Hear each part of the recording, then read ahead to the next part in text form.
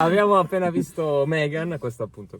Primo film dell'anno. Primo film dell'anno, vero? Primo film dell'anno, dicevo, c'è tanta gente, c'è mostrato c'è Bassa con la sua competenza di montatore, con cui tanto non dividerò mai un centesimo di quelli che vengono dati da... No, infatti, tra l'altro, cioè, parliamo neanche di questa cosa. Vabbè, Comunque sì, abbiamo visto Megan e abbiamo anche un ospite stasera del pubblico che dopo magari ci dirà se gli è piaciuto. Tanto ti è piaciuto? Uno del pubblico.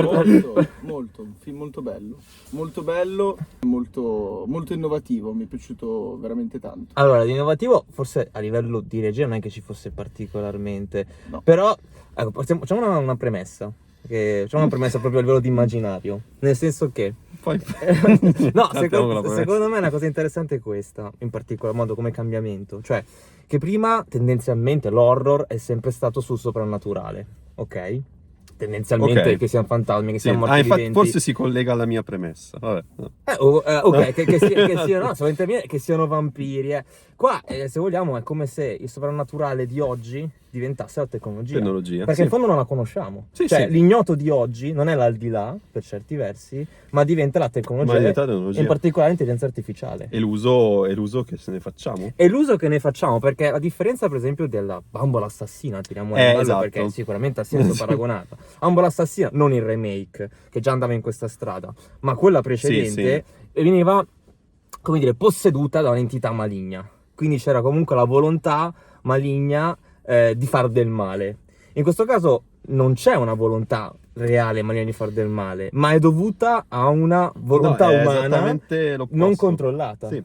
No, infatti, cioè, appunto, la mia premessa era questa, cioè che io, devo dire la verità, vedendo il trailer o comunque vedendo, insomma, cercando un po' di capire cosa aspettarmi da questo film, mi aspettavo un po' il nuovo Chucky, no? Tant'è che l'avevo anche detto una volta che avevo visto il trailer, sì, vabbè, ok, però è la bambola assassina. Però devo dire che vedendo il film sono stato smentito in due aspetti. Appunto, uno è quello che non c'è più il tema della possessione, no? Il rito voodoo del serial killer che prende possesso di una bambola, ma anche del fatto che questa volta la bambola è lì per proteggere la figura, la bambina di riferimento. Mentre Chucky sappiamo tutti che non è così, cioè Chucky fin dal primo momento ha cercato di uccidere Esatto. il bambino, no? E Esatto. comunque tutta la serie di omicidi che fa. Qua invece lo scopo principale della bambola è quello di proteggere e poi questo la porta a uccidere. Ma infatti qua il male diventiamo noi, nel senso noi esseri umani, inconsapevoli delle conseguenze delle nostre invenzioni. Nella creazione. Esatto. Quindi sì, forse è per questo che è anche innovativo da quel punto Dal di punto di vista. vista tematico sicuramente, perché anzi l'horror in questo senso è un po' un sismografo delle paure contemporanee, sì, cioè sì, prende sempre atto, stato, sì. registra i cambiamenti sociali. Le tematiche ce ne sono sicuramente tante dentro il film, cioè ci sono tanti, come dire, messaggi che passano attraverso tutte le questioni etiche che sollevano infatti i personaggi perché devo parlare sulla trama e nel anche senso, sul ruolo genitoriale. il ruolo del genitore, perché No, praticamente la trama molto brevemente è questa, nel senso questa ragazzina perde i genitori in un grave incidente d'auto, quindi viene affidata alla sorella che alla lavora zia, alla zia, hai ragione, che lavora per una multinazionale che produce giocattoli.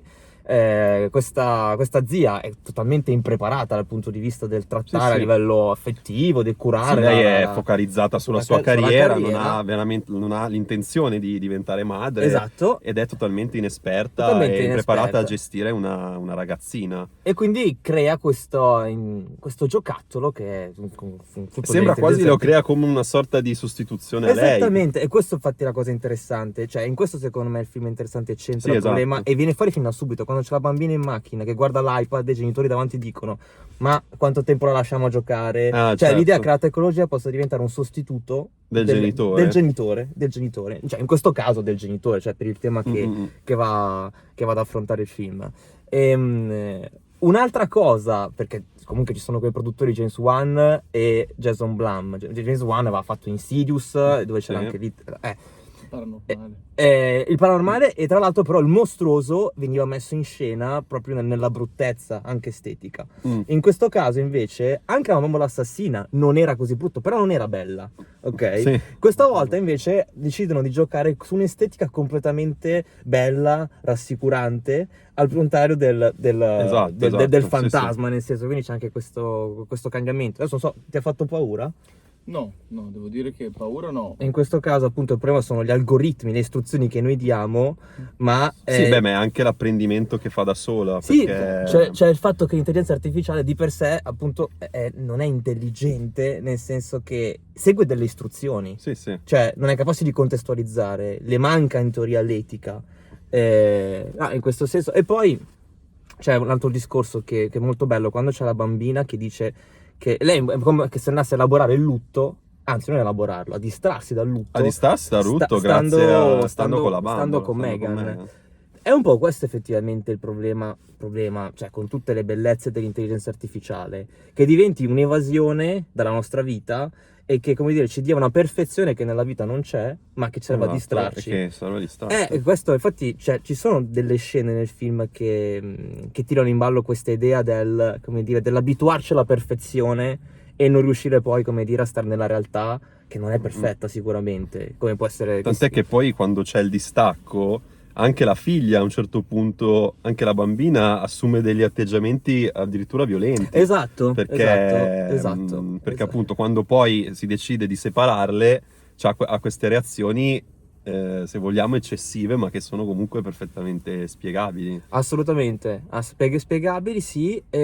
L'unica cosa, se posso dire, secondo me, il fatto che la bambina nel finale intervenga a difendere la zia da Meghan, secondo me non è un po' forzato. Nel senso che manca, secondo me, un momento nella narrazione che giustifichi il perché il personaggio a un certo punto... Beh, aveva sentito che lei assiste alla conversazione quando Meghan minaccia la zia. Sì, diciamo. sì, però... Però sì, cioè, capisci, cioè, il fatto che si schieri così apertamente, facilmente con Meghan, con la zia... diciamo che le basta vedere un atto di violenza di Meghan nei confronti della zia per diciamo, scatenare. Secondo me lì è un po' forzato il cambiamento del personaggio. Cioè, secondo me manca un passaggio intermedio che vada a giustificare perché lei a un certo punto, dal impazzire per Meghan, decida comunque di difendere la zia. Secondo me manca un fatto, qualcosa che accada, ok? Che vada a giustificare... Che faccia perdere la fiducia in Meghan. Che faccia davvero perdere la fiducia in Meghan. Secondo me, nel senso, io mentre lo guardavo ho percepito questa mancanza. Per il resto... Sì, beh, forse comunque comunque la violenza a cui ha assistito la bambina, forse quello... Sì. Bastava, però sì, in effetti forse un passaggio in più poteva anche starci. A livello di violenza, ecco, un po' anemico, un po' poco sangue secondo me. Beh, però non mi ha... Cioè... Mi è sembrato che ci fosse proprio ogni volta come dire, mettere fuori dal campo la violenza e non... beh, ma questo è anche per avvicinare più pubblico possibile. Però è un film vietato ai minori, so. minori. È vietato ai minori? Questo perché non capisco. Cioè, capisci? Quindi potevano anche spingere un po' di più sulla violenza a questo punto.